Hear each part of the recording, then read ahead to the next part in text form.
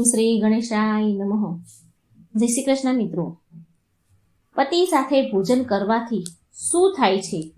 તો આપણે આ વસ્તુ એક વાર્તાના માધ્યમથી સાંભળીશું. આપણે એમનેમ જ પ્રવચન નહીં સાંભળીએ, એક વાર્તા સાંભળીશું તો આ વસ્તુ તમને જલ્દી સમજાશે. તો મિત્રો, આ ખૂબ જ અગત્યનો માહિતીનો વિડીયો છે, શાસ્ત્રનો જ્ઞાનનો વિડીયો છે. પૂરો ધ્યાનથી સાંભળજો અને બીજાને પણ સંભળાવજો. મિત્રો, એક વખતની વાત છે. દેવી સત્યભામા ભગવાન શ્રી કૃષ્ણ પાસે આવ્યા અને પૂછે છે કે હે સ્વામી, આજે મારા મનમાં એક શંકા છે, કૃપા કરી તમે મારી આ શંકાનું નિવારણ કરો. એટલે ભગવાન શ્રી કૃષ્ણ બોલ્યા, દેવી, તમારા મનમાં જે પણ શંકા હોય મને કહો, નિસંકોચ થઈને કહો. હું એના ઉત્તર આપવાનું જરૂર, હું તમને મનમાં શાંતિ થાય એવા ઉત્તર હું જરૂર આપીશ. આ મારું કર્તવ્ય છે. ત્યારે દેવી સત્યભામા બહુ પ્રસન્નતાપૂર્વક પૂછે છે કે હે પ્રભુ, તમારી ત્રણેય પત્નીઓ તમને ભોજન કરાવે છે અને પછી જ ભોજન કરે છે, તમારા જમ્યા પછી જ જમે છે, નિત્ય તમારી સેવા કરે છે, તમારા ચરણ દબાવે છે. પણ પ્રભુ, પત્નીને તેના પતિ સાથે ભોજન કરવું જોઈએ કે એના પહેલા ભોજન કરવું જોઈએ? તો આવું કરે તો શું થાય? તે ઉચિત છે કે શું? શાસ્ત્રમાં આ વિષય પર શું કહે છે? હે પ્રભુ, એવું તો કયું પાપ છે જે કરવાથી સ્ત્રીને નરક ગમન કરવું પડે છે? કૃપા કરી તમે મારી આ શંકાનું સમાધાન કરો. ભગવાન શ્રી કૃષ્ણ હસતા હસતા બોલ્યા, હે દેવી સત્યભામા, આજે તમે સમસ્ત માનવ જાતિના સમસ્ત સ્ત્રી માટે બહુ સરસ, મહત્વપૂર્ણ, કલ્યાણકારી પ્રશ્ન પૂછ્યો છે. દેવી, તમે જે પ્રશ્ન કર્યા છે તેનું સમાધાન તમને દેવી સુદેવાની કથા સાંભળવાથી જ મળશે. દેવી સત્યભામા કહે છે, પ્રભુ, તો આ રાણી સુદેવા કોણ છે? તેનું આચરણ વિચરણ કેવું છે? મારા મનમાં આ દેવી સુદેવા વિશે જાણવાની બહુ જ ઈચ્છા થઈ છે. ભગવાન બોલ્યા, હે સત્યભામા, તમારા આગ્રહ કરવાથી આજ હું તમને દેવી સુદેવાની કથા સંભળાવું છું.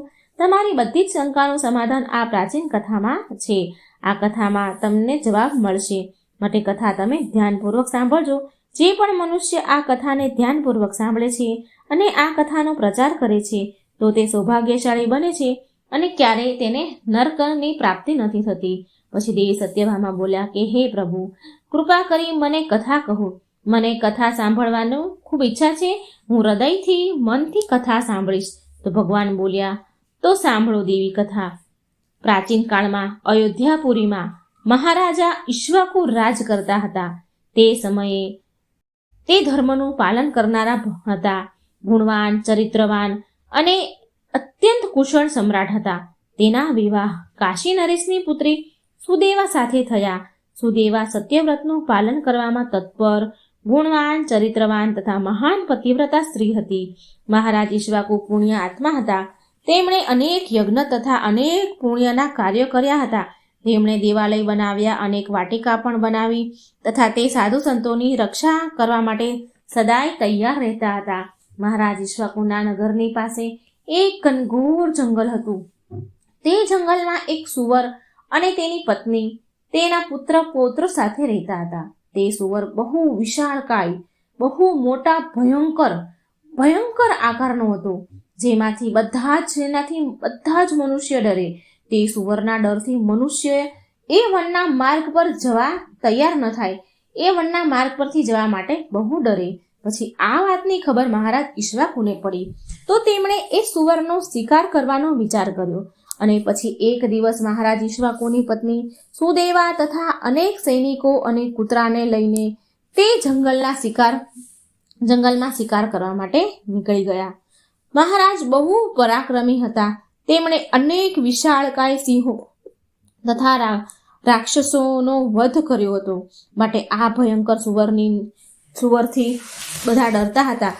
નગરવાસીઓની રક્ષા કરવા માટે એ વનમાં સુવરનો શિકાર કરવા માટે ગયા.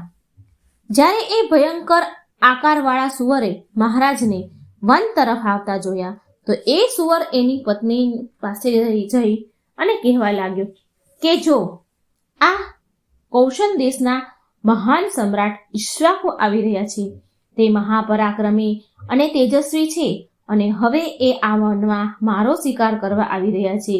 તેની સાથે બહુ બધા કૂતરાઓ, બહુ બધા સૈનિકો, વિશાળ સેના આમાં જરા પણ શંકા નથી કે હવે તે મારો વધ નહીં કરે, હવે એ મારા ઉપર પ્રહાર નહીં કરે. આમાં જરા પણ શંકા નથી. એ મને જરૂર મારશે. મહારાજ બહુ પુણ્ય આત્મા છે. આ રાજાઓના પણ રાજા છે. સમસ્ત વિશ્વ એમના આધીન છે. હે પ્રિય, હું તારા બધાની રક્ષા કરવા માટે મારું પરાક્રમ બતાવવા મહારાજ સામે યુદ્ધ કરીશ. યુદ્ધમાં એમને પરાજિત કરી દીધા તો ત્રણેય લોકમાં મારી કીર્તિ થશે. અને જો કદાચ હું મહારાજ ઈક્ષ્વાકુના હાથે મરી પણ ગયો તો મને આ સુવરના શરીરથી, સુવરના જન્મમાંથી મને મુક્તિ મળશે અને હું વિષ્ણુલોકમાં ચાલ્યો જઈશ. મારા પાછળના જન્મના પાપના કારણે મને સુવરનો જન્મ મળ્યો છે. મારી વાત સાંભળ પ્રિય, તું મારો મોહ છોડી દે અને આપણા પુત્ર પૌત્રોને લઈને પર્વતની ગુફાઓમાં ચાલી જા. હવે સમય આવી ગયો છે કે હું મારા પૂર્વજન્મના પાપોમાંથી મુક્ત થઈ જાઉં. જ્યારે મહારાજના બાણ મારા શરીરને ઘાયલ કરશે તો એક એક બાણથી મારા પૂર્વજન્મના એક એક પાપ નષ્ટ થઈ જશે. પછી એ સુવરની પત્ની કહે છે કે હે નાથ, આપણા બાળકો તમારા જ પરાક્રમ અને સાહસના કારણે વનમાં નિર્ભય થઈને ફરે છે, વિચરણ કરે છે, કોમળ કોમળ ફૂલોનો આહાર ગ્રહણ કરે છે. તમારા જ કારણે એમને સિંહ, શિયાળ જેવા જંગલી જાનવરોનો ભય નથી, કેમ કે તમે એની રક્ષા કરો છો. તમારા ભીષણ રૂપને જોઈને કોઈ પણ શિકારી કરવા માટે આ વનમાં નથી આવતો. જો તમારી મૃત્યુ થઈ જશે તો પછી મારા અને આપણા બાળકોનું, પુત્ર પૌત્રોનું કોણ રક્ષા કરશે? તમારા વિના અમે અસહાય બની જઈશું. પતિ વગર મારું શું થશે? ઉત્તમ સોનાના ઘરેણા, આભૂષણ, વસ્ત્ર પહેરીને કોઈ પણ સ્ત્રી તેના પતિ વિના શોભતી નથી. પતિથી જ સ્ત્રીને સુંદરતા અને શોભા મળે છે. તમે તો મારું જીવન છો. તમારા વિના તો મારું જીવન નષ્ટ થઈ જશે. હે નાથ, તમારા વગર હું જીવતી નહીં રહી શકું. હે નાથ, હું સાચું કહું છું. જો મેં તમારી સાથે મને પણ નરકમાં જવું પડે તો બી હું તૈયાર છું. જો તમારી સાથે મને નરકમાં પણ ભગવાન નાખે ને તો પણ હું ખુશીથી તમારી સાથે ચાલી જઈશ. માટે તમે મહારાજ સામે ન જાઓ. તમે પણ અમારી સાથે પર્વતની ગુફામાં ચાલો. આપણે ત્યાં છુપાઈને બેસી જઈએ. તમે જીવનની ઈચ્છા છોડી દો. પત્ની અને પુત્રને એકલા મૂકીને જઈ રહ્યા છો. આનાથી તમને શું લાભ થશે? પછી એ સુવર બોલ્યો, હે પ્રિય, તું વીરોના ધર્મ નથી જાણતી, માટે તું આમ કહી રહી છો. જો શત્રુ વીરોને લલકારે છે, યુદ્ધ માટે નિમંત્રણ આપે છે, તો વીર પુરુષને લોભ અને ભયથી કાયરતાની જેમ છુપાઈ ન જવું જોઈએ, ભાગવું ન જોઈએ. આવા પુરુષને 1000 યુગ સુધી કુંભી પાપ નરકમાં નાખવામાં આવે છે. વીર પુરુષ જો શત્રુઓનો સામનો કરે અને લડતા વીર ગતિને જો પામે તો એ મૃત્યુ પછી પણ દિવ્યલોકની પ્રાપ્તિ કરે છે. આજે મહારાજ ઈક્ષ્વાકુ મારી સામે યુદ્ધ કરવા માટે આવે છે.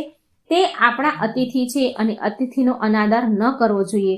અતિથિનો અનાદર એ સાક્ષાત ભગવાન વિષ્ણુનું અપમાન હોય છે.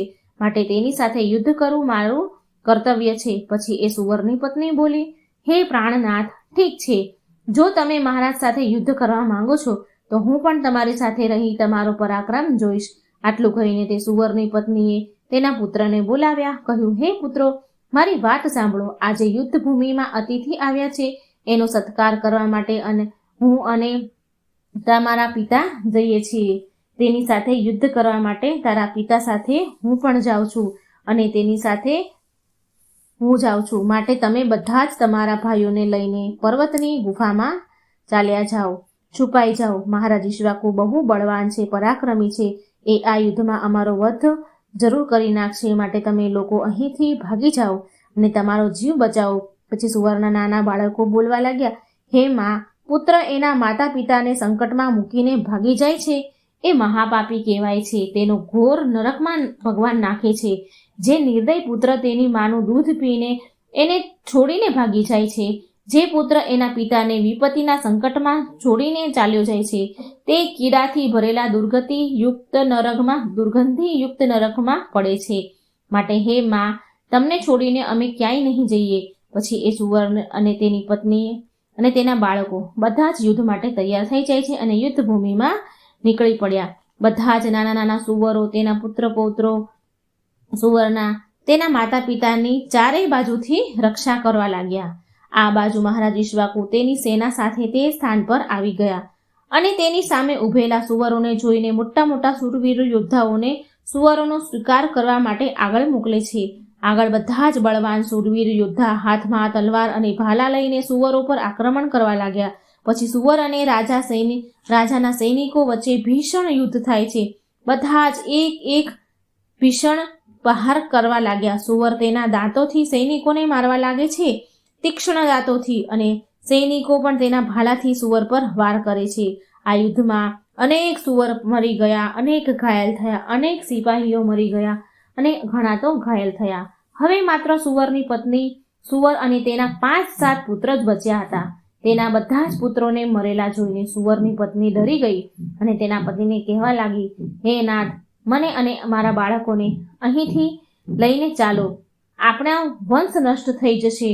કૃપા કરી આપણે બધા જ આપણા પ્રાણ બચાવી અને અહીંથી ભાગી જઈએ, નહીં તો મહારાજ આપણને બધાને જ મારી નાખશે. પછી સુવર કહે છે કે હે પ્રિય, 2 સિંહ વચ્ચે એક સુવર પાણી પી શકે છે, પણ 2 સુવર વચ્ચે એક સિંહ પાણી નથી પી શકતો. સુવર જાતિમાં આટલું બળ જોવામાં આવે છે, માટે આ કારણથી સુવરથી બધા ડરી જાય છે. જો આ સમયે હું મૃત્યુના ડરથી ભાગી જઈશ તો મારી સુવર જાતિની પ્રસિદ્ધિ નષ્ટ થઈ જશે. માટે હે પ્રિય, તું આપણા બાળકોને લઈને અહીંયાથી ચાલી જા અને સુખપૂર્વક જીવન જીવો. આટલું સાંભળી સુવરની પત્ની બોલી, હે નાથ, હું તમને છોડીને નહીં જાઉં. હું તમને બહુ પ્રેમ કરું છું, આદર સન્માન કરું છું. તમે મારું સન્માન કર્યું છે, પ્રતિક્રિયા કરી અને મારી રક્ષા કરી છે, મારી મનને જીતી લીધું છે. તમારી સાથે મારો મોહ ક્યારેય નહીં છૂટે. માટે હું આપણા પુત્રો સાથે તમારી સામે જ લડીશ અને પ્રાણ આપીશ, પણ તમને એકલા મૂકીને હું નહીં જાઉં. પછી એ સુવર અને તેની પત્ની બંને મહારાજ સામે યુદ્ધ કરવા લાગ્યા. એ સુવર ભયંકર ગર્જના કરતો કરતો મહારાજને યુદ્ધ માટે લલકારે છે. તે સુવર તેની સામે આવ્યો અને મોટા મોટા વીર યોદ્ધાને તેને દાંતોથી એક તણખાની જેમ ઉઠાવીને ફેંકી દીધા. એના સૈનિકોને મરતા જોઈને મહારાજને બહુ ક્રોધ આવ્યો. મહારાજ ઈક્ષ્વાકુ લાલ ચોળ થયા અને એનું ધનુષ્ય નીકાળ્યું અને સુવર પર બહુ વેગથી આક્રમણ કર્યું. મહારાજનું એક બાણ તીવ્ર ગતિથી એ સુવરના શરીરમાં વાગી ગયું અને એ સુવર જમીન પર પડી જાય છે. પછી મહારાજ તેના પર પ્રહાર કરે છે અને સુવરને મારી નાખે છે. સુવરના મરતા તેના પ્રાણ નીકળી ગયા અને વિષ્ણુ લોક ચાલ્યા. અને પછી મહારાજના સૈનિકો તેની પત્નીને મારવા માટે હાથમાં ભાલા લઈને એ તરફ જવા લાગ્યા. સુવરની પત્ની એના બાળકો સામે ઊભી રહી જાય છે અને બોલે છે, બાળકો, જ્યાં સુધી હું અહીં ઊભી છું ત્યાં સુધી તમે ભાગી જાઓ. સુવરના મોટો દીકરો બોલ્યો, હે માં, મારા જીવના ડરથી, મારા પ્રાણના ડરથી તમને છોડીને કેવી રીતે ભાગી જાઉં? જો હું આવું કરું તો મારા પર ધિક્કાર છે. હું યુદ્ધમાં શત્રુને પરાજિત કરીશ. તું બીજા પુત્રને લઈને અહીંથી ચાલી જા માં. પછી એક સુવરની પત્ની બોલી, સુવર્ણી, હે મારા પુત્રો, હું મહાપાપીની તમને એકલા મૂકીને કેવી રીતે જાઉં? આટલામાં રાજાના સૈનિકો સુવરની પાસે આવે છે અને તેના પર પ્રહાર કરવા લાગ્યા. સુવરનો મોટો દીકરો ભયંકર યુદ્ધ કરે છે અને અનેક સૈનિકોને મારી પાડે છે. ત્યારે મહારાજ આગળ આવીને એ સુવરના મોટા દીકરાને પણ મારી નાખ્યા છે. તેના પુત્રને મરેલા જોઈને સુવરની પત્ની બહુ જ ક્રોધે ભરાણી અને ભીષણ પ્રહાર કરવા લાગી. તેણે પણ અનેક સૈનિકોને મારી નાખ્યા. સુવરની પત્નીએ આ ઘટના તે મહારાજ અને સુદેવા બંને જોઈ રહ્યા હતા. ત્યારે એ મહારાજને કહે છે, સુદેવા મહારાજને ઈક્ષ્વાકુને કહે છે કે એ સુવરની પત્ની તમારા સૈનિકોને મારી રહી છે, મારી નાખે છે. તમે આગળ ચાલીને તેનો વધ કેમ નથી કરતા? તમે કેમ ઊભા છો? મહારાજ ઈક્ષ્વાકુ બોલ્યા, હે પ્રિય, આ એક સ્ત્રી જાત છે અને મારું એ વચન છે કે હું સ્ત્રીનો વધ નહીં કરું. સ્ત્રીનો વધ કરવાથી મહાપાપ લાગે છે. માટે હું તે સુવરની પત્નીને ખુદ ન મારી રહ્યો છું અને ના કોઈને મારવાનું મોકલી રહ્યો છું. મને સ્ત્રીનો વધ કરવામાં બહુ ભય લાગે છે. આટલું કરીને ઈક્ષ્વાકુ ચૂપ થઈ ગયા. પછી મહારાજની સેનામાં એક ભાર્ગવ નામનો બળવાન સિપાહી હતો. એણે એ સુવરની પત્ની પર પ્રહાર કર્યો અને તેને જમીન પર પાડી દીધી. સુવરની પત્ની બેભાન થઈને જમીન પર પડી ગઈ અને લાંબા લાંબા શ્વાસ લેવા લાગી. જ્યારે રાણી સુદેવા સુવર્ણીને ધરતી પર જોઈ પડતા જોઈ તો એને બહુ દયા આવી ગઈ સુવર્ણી પર. મહારાણી સુદેવાએ ઠંડુ પાણી લીધું અને સુવર્ણીના મોઢામાં નાખ્યું અને એના શરીર પર છાંટ્યું, એના મુખમાં આપ્યું. તેથી એ સુવર્ણીને ભાન આવ્યું. સુવર્ણી એ રાણીને કહે છે કે ઠંડુ પાણી નાખતા જુએ છે તો તે બહુ ખુશ થઈ અને મનુષ્યની વાણીમાં બોલવા લાગી કે હે દેવી, તે મારા પર ઠંડુ પાણીનો છંટકાવ કરી મને ઠંડુ પાણી પીવડાવી, મારી પીડા દૂર કરી છે, મને મુક્તિ આપી છે, તારું કલ્યાણ થાવ. સુવર્ણીની આવા વચન સાંભળી રાણી સુદેવા તો બહુ આશ્ચર્ય પામી. તે વિચારવા લાગી, અરે આ તો સુવર્ણની જાત છે, પ્રાણીની જાત છે. આ તો બહુ વિચિત્ર ઘટના જોઈ મેં કે એક સુવર્ણી, એક પ્રાણીની જાત મનુષ્યની વાણી સુંદર સંસ્કૃત સ્પષ્ટ શબ્દોમાં બોલી રહી છે, માનવની ભાષા બોલી રહી છે. પછી રાણીએ તે સુવર્ણીને કહ્યું કે તું કોણ છે? તારું વર્તન તો બહુ વિચિત્ર છે. પશુ થઈને પણ મનુષ્યની વાણી બોલી રહી છે. મને તું તારા પૂર્વજન્મની કથા સંભળાવ. તું કયા કારણથી સુવર્ણી બની છો? પછી તે સુવર્ણી બોલી કે હે દેવી, મારા પતિએ પાછળના જન્મમાં ગુરુજનોના અપમાન કર્યા હતા. આ કારણથી તેમને સુવર્ણનો જન્મ મળ્યો. હવે હું તમને મારા પૂર્વજન્મની કથા કહું છું. હે દેવી, કલિંગ નામના દેશમાં ત્રિપુર નામનું એક સુંદર નગર હતું. તે નગરમાં વસુદંત નામનો વિદ્વાન બ્રાહ્મણ રહેતા હતા. હું એ વસુદેવ નામના બ્રાહ્મણની પુત્રી હતી. તેણે મારું નામ સુકન્યા પાડ્યું હતું. એ સમયે એ નગરમાં મારા જેટલી સુંદર બીજી કોઈ જ સ્ત્રી ન હતી. મારા સૌંદર્ય અને રૂપના ઘમંડમાં હું મદમસ્ત થઈ ગઈ હતી. હું ખૂબ ઘમંડી બની ગઈ હતી. મારી હસી, મારું મુસ્કાન, હું હસું તો બહુ મનમોહક લાગતી હતી. મારી હસી મનોહર હતી. જ્યારે હું જવાન થઈ તો મારું સુંદર રૂપ અને જવાની જોઈને મારી માને બહુ ડર લાગવા લાગ્યો. મારી માતા બહુ ડરવા લાગ્યા. એટલી સુંદર હતી હું.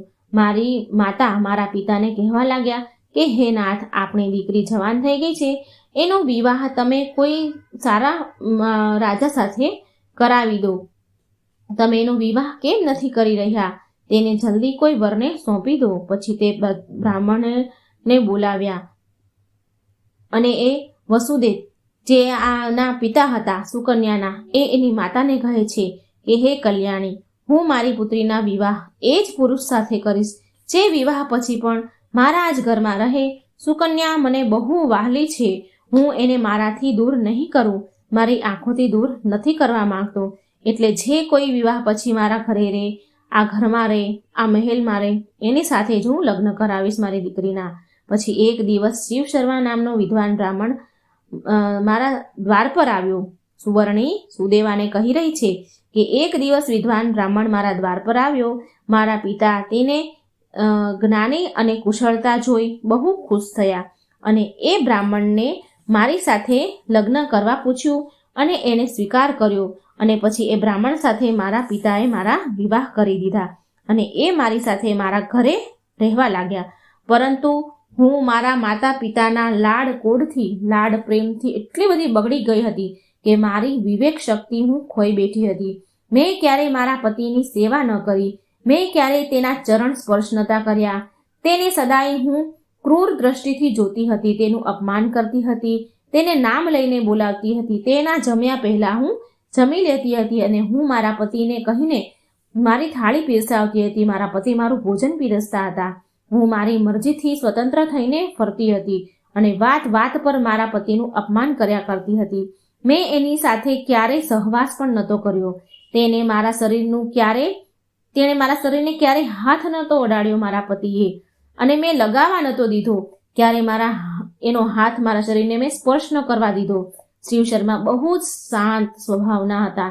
તેમણે મને બહુ દિવસો સુધી મારું આવું વર્તન વ્યવહાર સહન કર્યું અને પછી એ એક દિવસ અત્યંત દુઃખી થયા અને મને છોડીને ચાલ્યા ગયા. મારા પતિના જતાં જ મારા પિતા બહુ દુઃખી થયા.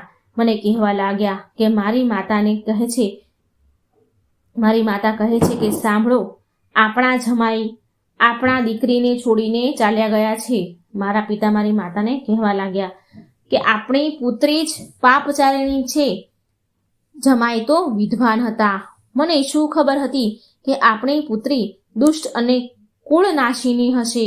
એના પિતા સુકન્યાના પિતા બહુ દુઃખી થયા અને એની માતાને આવું કહેવા લાગ્યા. પછી મારી માતા બોલી કે હે નાથ, આપણી પુત્રી તમારા જ લાડ પ્રેમથી બગડી છે અને સીધા રસ્તે લાવવા માટે તમારે કંઈક કરવું જોઈએ.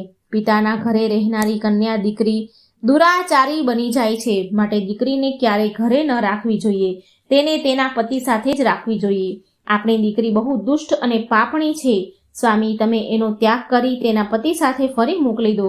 આ પ્રકારે માતાના વચનથી સાંભળી અને મારા પિતા બહુ ગુસ્સે થયા અને મને કહેવા લાગ્યા કે હે દુષ્ટ, અમારા કુળમાં કલંક લગાવનારી દુરાચારણી, તારા કારણે જ શિવ શર્મા અમને છોડીને તને છોડીને ચાલ્યો ગયો છે. માટે તારા પતિ જ્યાં છે તું ત્યાં જઈને રે. ચાલી જા અહીંયાથી, અથવા જે જગ્યા તને સારી લાગે ત્યાં રહેજે, પણ આ ઘર છોડીને ચાલી જા.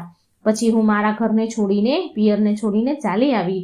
બહાર જવાથી મને લોકો ઉલટા, પાપણી, દુરાચારણી કહીને સંબોધવા લાગ્યા, મારું અપમાન કરવા લાગ્યા. માટે હું મારા પતિને શોધતા શોધતા વનમાં ચાલી ગઈ. પછી એક દિવસ હું એક ઝૂંપડીની સામે જઈને ઊભી રહી ભિક્ષા માંગવા લાગી. ત્યાં રહેનારી એક મંગળા નામની સ્ત્રીને જોઈ તેના પતિને કહે છે કે હે સ્વામી, દ્વાર પર દુખિયારી દુબળી પાતળી ભિક્ષા માંગવા માટે આવી છે. મંગળાનો પતિ શિવ શર્મા જ હતો, જેણે મારો ત્યાગ કર્યો હતો. મને જોઈને એણે મને ઓળખી લીધી અને તેની પત્નીને કહેવા લાગ્યો કે હે પ્રિય, હે મંગળા, આ મારી પહેલી પત્ની છે, સુકન્યા છે, જે મને બહુ પ્રિય હતી. માટે તો આનો આદર સત્કાર કર અને આને ઘરમાં સ્થાન આપ.